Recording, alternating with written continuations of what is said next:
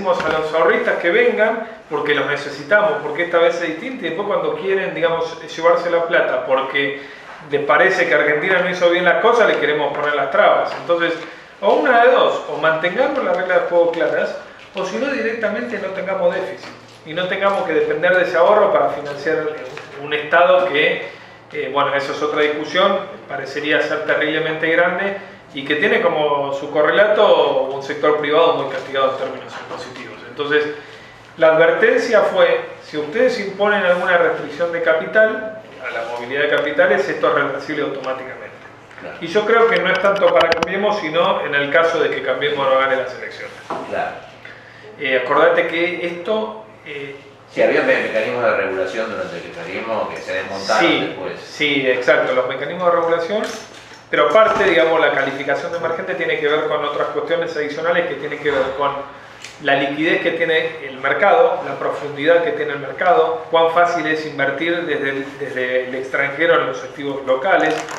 Y Argentina había perdido la categoría emergente en 2009, cuando se habían estatizado en el 2008 las AFJP y empezaron con todo tipo de restricciones y manipulación de los índices de inflación, etc. Entonces, va más allá la concepción de ser un mercado de capitales emergentes. Va con esto de tratar de que en definitiva Argentina pueda tener un mercado de capitales desarrollado que financie el desarrollo económico del país. Lamentablemente todavía no están dadas las condiciones y vos fijate que la recategorización vino para 8 acciones, ¿sí? Pero 8 acciones que cotizan afuera, en los ADRs argentinos. Fíjate que ni siquiera son papeles que cotizan en la bolsa local, es decir, que ese dinero no pasa directamente por el mercado argentino. ¿Sí? Directamente se negocia en Wall Street. Y esto hace mucho que se venía esperando y se venía especulando. Sí. ¿Por qué te parece que ocurre ahora cuando hay un escenario que sigue siendo complicado? Bueno, a ver, el MSCI lo aprobó el año pasado y dejó en suspenso la inclusión o no. De hecho, en los meses previos hubo mucho, si vos querés, información difusa al respecto, porque en un momento el MSCI dijo, como Argentina seguía en recesión y todo, dijo, bueno, vamos a hacer como una transición y vamos a hacerlo por etapas. Va a haber un tercio donde va a convivir el mercado de frontera y el mercado emergente, otro tercio, digamos, después van a pasar más activos a mercados emergentes y formalizamos todo en septiembre. Coincidencia o no, ya en septiembre hubiéramos tenido la primaria adentro, la elección primaria adentro, y bueno, obviamente que hubiera sido un condicionante importante si justamente Cambiemos no le iba bien. Entonces, ¿qué te quiero decir, Gustavo? Evidentemente, Argentina, al ser un país excepcional, el proceso de inclusión emergente fue extraordinario también, pero creo que es una muestra más de que el mundo, digamos, apuesta a la racionalidad de la seguridad jurídica y reglas de juego estables en un Cambiemos que también deja dudas, digamos, al respecto. Dejó dudas durante 4 años, pero obviamente que es un apoyo que se complementa al del Fondo Monetario Internacional y al Estados Unidos. Eso te iba a preguntar, ¿no? si justamente es de alguna manera dar una mano, lo vemos con el programa del fondo que se va flexibilizando a medida de las necesidades, ¿no? Bueno, si vos haces un paralelismo en lo que pasó con De la Rúa y y la relación con el fondo, y Cambiemos y la relación con el fondo es totalmente inversa, digamos, ¿no? Claro. Opuesta. En aquel tiempo fue rígido. Fue rígido, pragmático, se blindó el programa y si no cumplías una coma se acababa el desembolso y digamos, por eso terminó colapsando la convertibilidad. Es cierto, digamos, entonces ahora que hay mucha más flexibilidad.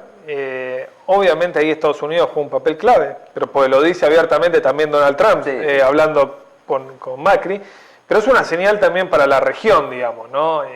Acordate que venimos de gobiernos muy antimercado, gobiernos muy populistas, y bueno, creo que Argentina fue punta de lanza cuando se reeligió a Macri para cambiar un punto de inflexión ahí.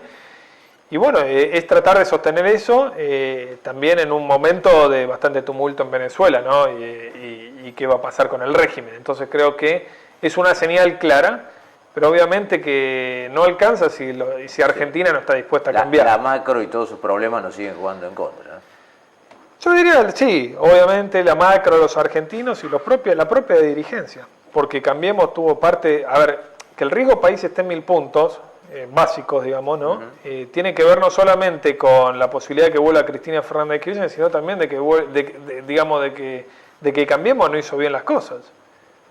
Porque, digamos, hay poca autocrítica, perdió mucho tiempo, el mercado le dio 2 años de extrema, digamos, confianza, permitiéndole financiarse niveles récord de deuda, y nunca llegó los ajustes, nunca llegaron las reformas estructurales, hiciste un blanqueo que a los 10 meses le pusiste el impuesto a la renta financiera, entonces como señales demasiado contradictorias, digamos, ¿no? Y dentro de esas señales contradictorias, entonces vos tenés que te encontrás con que los inversores, y cuando digo inversores no solamente los de afuera, los de acá, digamos, ¿no? Que están totalmente despistados, ¿sí? Digo, vos fijate que hay mucha desilusión del inversor, que seguramente un arco importante de los inversores ha votado a Cambiemos, digamos, ¿no? Entonces, así como está desilusionado el trabajador de clase media, también está desilusionado el trabajador o el tipo que puede tener un ahorro, y bueno, y llega a esta situación, digamos, con mucha incertidumbre. Y en un segundo tramo, digamos, en una segunda etapa de supongamos, Macri presidente, ¿vos pensás que puede haber algún cambio en eso? Él dice, vamos a hacer lo mismo, pero más rápido. Debería ser un poquito... Yo entiendo que también ahí juega la política, digamos, sí, ¿no? Claro. Entonces, si él mostrara todas las cartas ahora de lo que tiene pensado hacer, obviamente complicaría aún más su reelección. Yo no tengo dudas de que Macri es el primero que debe haber aprendido la lección, digamos, de no avanzar al ritmo que se debería haber avanzado y que la sociedad lo votó estando dispuesta a hacer ese sacrificio, ¿no? Al menos por 2 años, porque vos fijate que ahora transcurrieron 4 años del gobierno de Cambiemos, la gente siente que hubo 4 años de retroceso y de crisis económica y se resolvieron pocos problemas desde el punto de vista fundacional de la República. Entonces, creo que él, si en el caso de ser reelecto, va a avanzar más fuerte. El tema es que también tiene que negociar consenso, porque nadie va a tener mayoría. Por más de que sea reelecto, no va a haber un Congreso con mayoría. Entonces, ahí entiendo un poco las señales que manda el gobierno, sobre todo el peronismo más del lado de Schiaretti, de Urtubey, de Pichetto, ¿no? Que es el más radicalizado también en contra de la vuelta al kirchnerismo. Claro. Y el ruido político de la mano de la volatilidad es algo que vamos a tener este año seguro.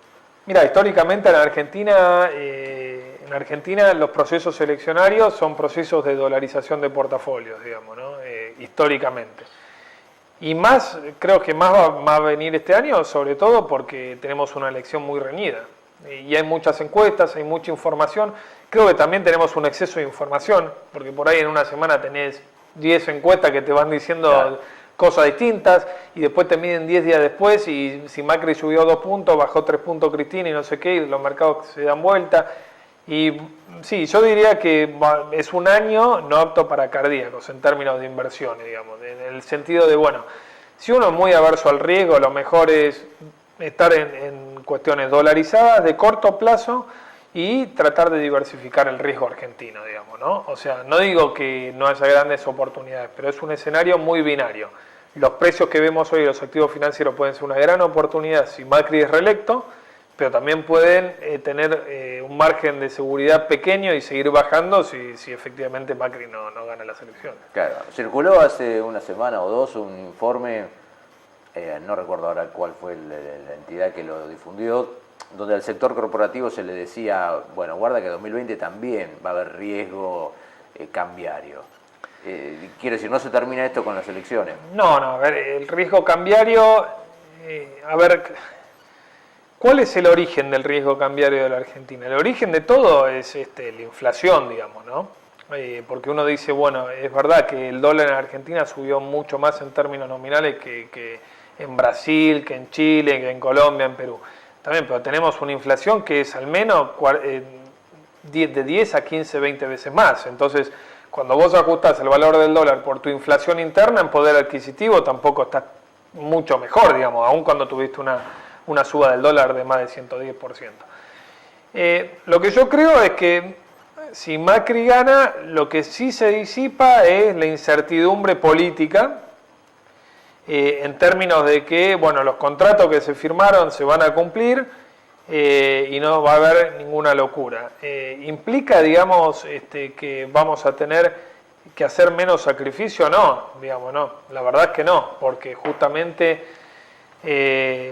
para que el gobierno a cambio pueda bajar los impuestos, la presión impositiva al sector privado y el sector privado sea la fuente de generación de empleo, el gasto público tiene que bajar más que proporcionalmente, porque vos ya partís con un déficit.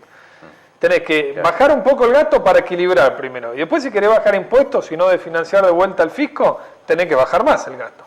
El tema es dónde recortar. Y bueno, y ahí entra la puja política. Es un terreno, digamos, difícil de dimensionar, pero digo, ¿hay margen para hacer locuras del otro lado en caso de que ganase la oposición? Digo, porque estamos en una situación compleja, atado a un programa del Fondo Monetario Internacional, dependiendo del financiamiento externo. Bueno, el margen es menor, es cierto, porque, digamos, vos estás muy contra el límite, digamos. Vos pensás que el Fondo Monetario Internacional es el prestamista de última instancia, digamos, ¿sí? Es eso o nada, es eso o el default. Pero yo creo que ningún gobierno que llega viene con la intención de defaultear. Ahora, si el kirchnerismo, digamos, carece de recursos como para hacer políticas expansivas y ganarse a la sociedad, es muy probable que entre eso y no hacerlo y pagarle al fondo, elija no pagar al fondo, digamos, ¿no? Creo que es cierta la posibilidad de que haya un default, digamos. No que van a venir y defaultear, pero sí es cierta la posibilidad de que haya un default. Con Cambiemos o un peronismo moderado en el gobierno no lo veo, digamos. Lo que sí veo es por ahí renegociaciones voluntarias, ¿sí? Tanto de la deuda privada como de la deuda con el fondo. Yo creo que con el fondo se puede sentar con el fondo te podés sentar a negociar, tenés que recién devolver en el 2022, te sentás, cambiás el programa, y el programa implica extender los plazos de devolución del capital, y obviamente el fondo sí te va a pedir avanzar con las reformas. Porque acá no es la agenda del fondo. Acá el fondo vino, nos prestó y el fondo quiere cobrar como cualquier acreedor. Entonces, digamos, el fondo impone porque quiere que vos le pagues, digamos. Y es lógico que defienda sus intereses. El tema es, en definitiva, si queremos hacer un país viable de largo plazo, y para hacerlo no hay otra que, bueno, que hacer reformas y bajar impuestos. Bajar impuestos, porque si no, no le va a alcanzar a nadie. Vos fijate que para mantener esta estructura del Estado, como único generador de empleo en la Argentina, digamos, cada vez más tenés que presionar impositivamente al sector privado.